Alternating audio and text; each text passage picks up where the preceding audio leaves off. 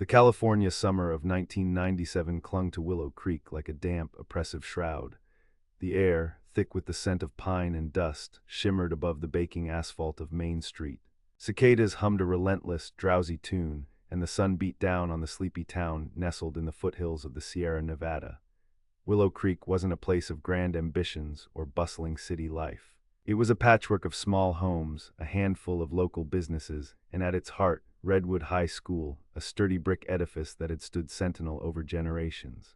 For Sarah Jenkins, Redwood High represented both an ending and a beginning. 18 years old, with a fresh diploma clutched in her hand, she was on the cusp of everything. Sarah was not just another face in the graduating class. She was a spark. Her auburn hair often seemed to catch the sunlight, reflecting the vibrant energy within her. Her eyes, the color of moss after a spring rain, held a quiet intensity, always observing, always seeking. Photography wasn't merely a hobby for Sarah, it was her lens on the world, a way to capture the ephemeral beauty she saw in the mundane. Her vintage Canon M1, a gift from her grandfather, was almost an extension of her arm, slung over her shoulder, ready to snap a moment into eternity. She dreamed of attending UC Santa Cruz, of living by the ocean, of studying art and anthropology, of documenting stories beyond Willow Creek's quiet embrace. Her days that summer were a rhythm of simple pleasures and burgeoning anticipation. Mornings were often spent at the Blue Plate Diner, where she worked part-time, pouring coffee for truckers and gossiping with the regulars. Afternoons, she might be found at the local library, poring over art history books, or wandering the dusty trails leading into the surrounding hills, her camera clicking, capturing the dappled light through oak leaves or the intricate patterns of a spider's web. Evenings belonged to her best friend, Emily, and her steady boyfriend, Mark. The three of them often gathered at the town's small, overgrown park, planning their post-summer adventures. Her parents, Robert and Carol Jenkins, were the bedrock of her world. Robert, a quiet, hardworking man who managed the local lumberyard, saw Sarah as his brightest star. Carol, a homemaker with a gentle spirit, worried with the fierce love only a mother can possess. They had poured their hopes and dreams into Sarah, seeing in her the promise of a future larger and brighter than their own small-town existence. Their modest home on Elm Street, with its meticulously tended rose garden, felt safe, a sanctuary against the world's uncertainties. Yet, even in the idyllic calm of that summer, a subtle thread of unease began to weave itself into the fabric of Sarah's days. It was nothing concrete, just a fleeting shadow, a sense of being watched. A dark blue sedan she didn't recognize, parked curiously close to her house for an hour. A feeling of eyes on her as she walked home from the diner late one evening. She brushed it off as nerves, the natural anxieties of a young woman about to leave home, about to step into the unknown. But the feeling, faint as it was, persisted like a phantom itch. On July 24, 1997, the heat was particularly oppressive. Sarah had plans to meet Emily at the library to discuss college applications, then swing by Redwood High to pick up some old yearbooks from the administrative office. She wanted to photograph the empty halls, capture the ghosts of her school days before they faded completely. "Just an hour or two, Mom," she'd said, grabbing her camera bag and a small, red-bound journal she used for sketching and notes. She left the house around 10:30 a.m., wearing a simple white t-shirt, denim shorts, and her worn-out sneakers. Her Canon M1 was slung across her chest. A neighbor, Mrs. Henderson, watering her petunias, waved as Sarah walked by. "Morning, Sarah, off to conquer the world." Sarah smiled, a bright, fleeting moment. "Just the library for now, Mrs. Henderson." It was the last confirmed sighting of Sarah Jenkins. When 2 p.m. rolled around and Sarah hadn't returned, Carol's initial unease began to curdle into worry. She called Emily's house. No, Sarah hadn't shown up at the library. Emily had waited, thinking Sarah was just running late. Carol tried Mark. He hadn't seen her since the previous evening. The phone calls escalated, a desperate cascade of dialing friends, classmates, the diner, the administrative office at Redwood High. No one had seen Sarah since she left her house. By 6 p.m., the worry had curdled into a cold, hard knot of fear. Robert, home from the lumberyard, his face grim, agreed. This wasn't like Sarah. She was responsible. She wouldn't just disappear without a word. At 7:15 p.m., with the sun dipping below the distant peaks, casting long, unsettling shadows across their manicured lawn, Robert Jenkins made the call to the Willow Creek Sheriff's Department. Sheriff Thomas Thompson, a man whose face seemed etched with every difficult case he'd ever handled, arrived quickly, accompanied by Deputy Miller, a young, eager officer still fresh out of the academy. Thompson was a Willow Creek native, knew the Jenkins family well. His initial assessment was grim, no signs of struggle at the house. Her car was still in the driveway, her purse, with her wallet and keys, was on her dresser. It was as if she'd simply walked out of her life. The immediate investigation felt like an agonizingly slow-motion nightmare for the Jenkins family. Thompson, drawing on decades of small-town police work, started with the basics. Canvassing the neighborhood, interviewing everyone who might have seen Sarah. Emily and Mark were questioned for hours, their youthful distress evident. They provided alibis, shaky with emotion but ultimately solid. The Blue Plate diner staff confirmed her shift the previous day. The Redwood High administrative assistant confirmed Sarah had called earlier in the week about the yearbooks but hadn't shown up to collect them. Search parties were organized, local volunteers combing the wooded areas around Willow Creek, calling her name until their voices grew hoarse. Flyers with Sarah's smiling face, vibrant and full of life, appeared on every lamppost, every shop window, a desperate plea broadcast across a town that suddenly felt too small, too vulnerable. The media descended for a few days, local news vans, then a brief mention on Sacramento and San Francisco channels. The story of the bright high school graduate, vanished without a trace from a quiet California town, captured fleeting attention. But as days bled into weeks and weeks into months, the initial fervor faded. The news crews packed up their cameras. The volunteers, exhausted and demoralized, returned to their lives. Sheriff Thompson, however, didn't give up. Not truly. He interviewed Sarah's friends again, looking for any hidden conflicts, any secrets she might have kept. He delved into her journal entries, looking for hints of trouble, a clandestine meeting, a secret crush. The entries were mostly mundane, filled with observations about nature, sketches, college dreams. There was a vague mention of strange vibes around the school, an old building with too many dark corners, but nothing specific. The prevailing theory among some in the department, a theory that twisted a knife in Carol's heart, was that Sarah had simply run away. 18 years old, summer after graduation, dreams of escaping the small town, it fit a common narrative. But Robert and Carol vehemently rejected it. "That's not our Sarah," Carol would whisper, her voice raw with grief. "She wouldn't do this to us." Thompson, despite the pressure to close the case, harbored his own doubts. Sarah's car, her money, her purse, all left behind. It didn't fit the profile of a runaway, it fit the profile of a sudden, forced disappearance. The case went cold. The flyers became faded, torn, then disappeared altogether. The initial shock in Willow Creek morphed into a pervasive, quiet sorrow.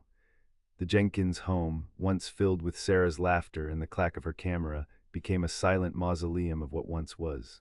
Her room remained untouched, a shrine to a vanished life. Carol often sat by the window, staring out at the rose garden, willing her daughter to walk through the door. Robert, burdened by the unspoken grief, retreated into himself, the vibrant spark in his eyes dulled to a weary glow. Their marriage, once strong, strained under the unbearable weight of unanswered questions. Every phone call was a jolt of hope, quickly extinguished. Every stranger was eyed with suspicion. The town whispered theories, concocted nightmares, but no answers emerged. Life relentlessly moved on. 1997 became 1998, then 2000, 2005. Redwood High continued its cycles of graduating classes, oblivious to the dark secret it might hold within its walls. Sheriff Thompson, now a grizzled veteran nearing retirement, still kept Sarah's file on a separate shelf, a silent testament to his failure, his nagging suspicion that the answer was tantalizingly close, yet impossibly far.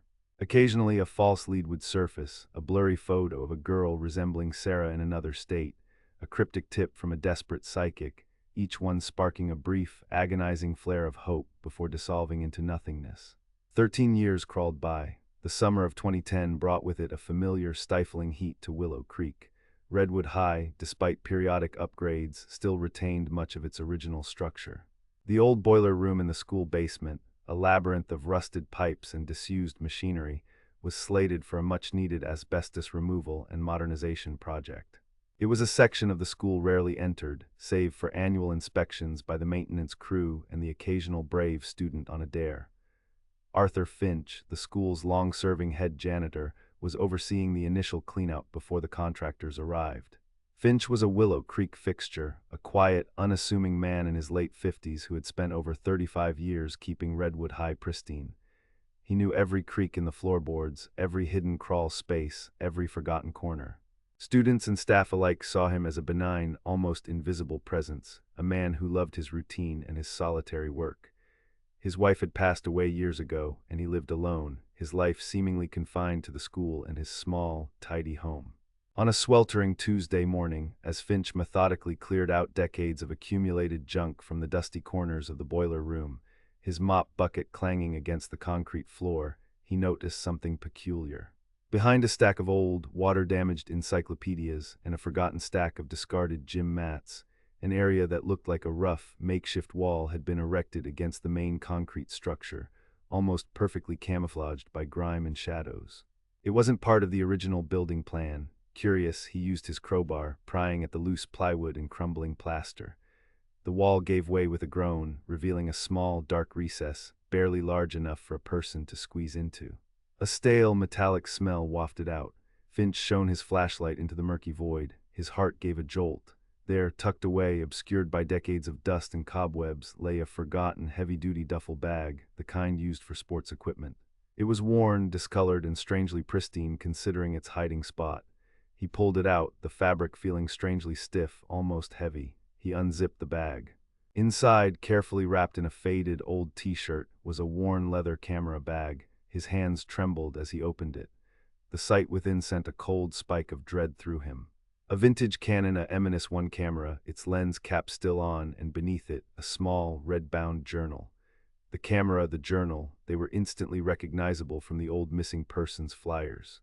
Sarah Jenkins, Finch, his face ashen, stumbled back, dropping the bag. The camera clattered against the concrete floor. The journal fell open. He called Sheriff Thompson immediately, his voice a strained whisper, as if afraid to disturb the silent ghosts of the basement.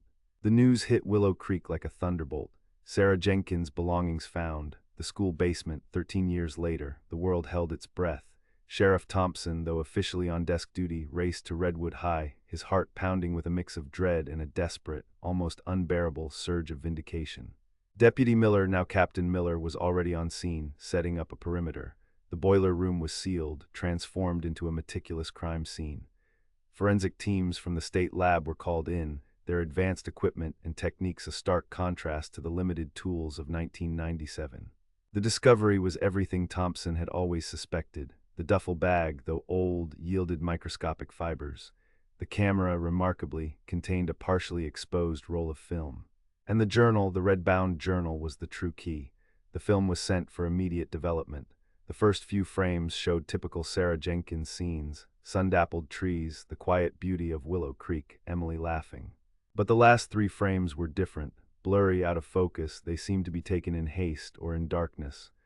The second-to-last frame was almost black, a fleeting glimpse of something indistinct. But the very last frame, though grainy and distorted, offered a chilling detail.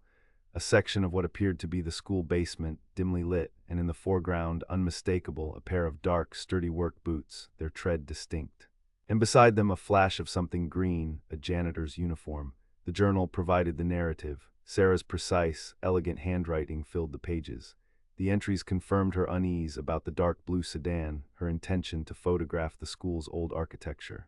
Her last entry, dated July 24, 1997, was fragmented, scrawled in a frantic hand. Weird feeling here today. The school feels different, empty but not alone. Wanted to get shots of the old boiler room pipes, so much character down there. Heard a noise like something moving in the shadows. Thought it was Arthur, but not quite. Maybe I shouldn't be here, it's too quiet. Saw him earlier, Arthur Finch, by the storage room, acting strange, carrying something heavy, secretive. He saw me. He smiled, but his eyes, different. He told me to come down later, said he'd show me something really old and interesting for my photos. Foolish to trust, I know. But he's always been so kind. Down here now, it's dark, he's here. I think he knows I saw him with the box. He's not alone, there's something else. I shouldn't have come, the door locked, oh God. The entry ended abruptly, a violent smudge across the page. The work boots, the janitor's uniform, the journal entry, it all pointed to one person, Arthur Finch. The quiet, unassuming janitor, the man everyone trusted. Captain Miller, along with Sheriff Thompson, brought Arthur Finch in for questioning. He was calm at first, cooperative, but as Thompson laid out the evidence, the journal, the developed film, the detailed forensics that revealed Sarah's DNA on the duffel bag on the camera, and even trace amounts of her blood, previously undetected, on a section of the old boiler room floor that had been meticulously cleaned and sealed. Finch's composure began to crack. They showed him the last photograph, the grainy image of the boots and the flash of green. They read him Sarah's final, terrified words. The weight of 13 years of silence, of a secret buried deep within the school's foundations, finally broke him. Arthur Finch confessed. His voice, when it came, was a reedy whisper, barely audible above the hum of the interrogation room's ventilation. He admitted he had been using a hidden section of the old boiler room to store stolen antiques, a lucrative side business he'd maintained for years, preying on isolated homes in neighboring counties. Sarah, exploring the school for her photography project, had stumbled upon him that morning as he was moving a particularly valuable shipment into his clandestine hiding spot. He had panicked. Feigning kindness, he lured her into the basement later that day, promising to show her a unique feature of the old school for her camera. Once she was down there, he had overpowered her. He hadn't meant to kill her, he claimed, but she had fought, screaming, threatening to expose him. In his desperation to silence her, to protect his secret, he had taken her life. He then buried her body in a remote, unmarked grave in the vast Redwood National Park, a place he knew intimately from years of hiking. He sealed her belongings in the duffel bag and constructed the false wall, confident no one would ever find it. He had returned to his janitorial duties, sweeping the halls, his smile unchanging, his secret a cold, heavy stone in his heart. The confession sent shockwaves through Willow Creek. The man who had been a quiet presence, an almost invisible part of the community fabric, was a murderer. The news ripped open old wounds, shattered lingering illusions of innocence. Families hugged their children tighter. The school, once a symbol of community, now bore the stain of a horrifying secret. Sarah Jenkins' remains were recovered from the location Finch described, a shallow, overgrown grave deep within the forest, where she had laid undisturbed for 13 years. Her parents, Robert and Carol, were finally able to bring their daughter home. There was no joy in the discovery, only a profound, wrenching sorrow. The answers they had so desperately sought brought no closure, only a different kind of pain, the certainty of her suffering, the betrayal by someone they had never suspected. Arthur Finch was charged with murder. The overwhelming evidence, the journal, the film, his confession, the recovery of Sarah's remains led to a swift conviction. He was sentenced to life in prison, vanishing into the system as quietly as Sarah had vanished from Willow Creek. The story of Sarah Jenkins became a grim cautionary tale, a permanent scar on the small town of Willow Creek. The once idyllic summer of 1997 would forever be remembered as the time the town lost its innocence, when a bright, promising life was extinguished by the dark secret of an unassuming man. The silence that had plagued the Jenkins family for 13 years was finally broken, but the echoes of Sarah's last, desperate words in that cold, dark basement would forever haunt the quiet corners of Willow Creek, a chilling reminder that sometimes the most terrifying monsters walk among us, hidden in plain sight. The school basement was renovated, the old boiler room transformed into a modern, brightly lit space. But for those who knew the story, who remembered Sarah, the ghosts of that hidden wall, of the unspeakable act committed there, lingered, a permanent, chilling whisper beneath the foundation of Redwood High.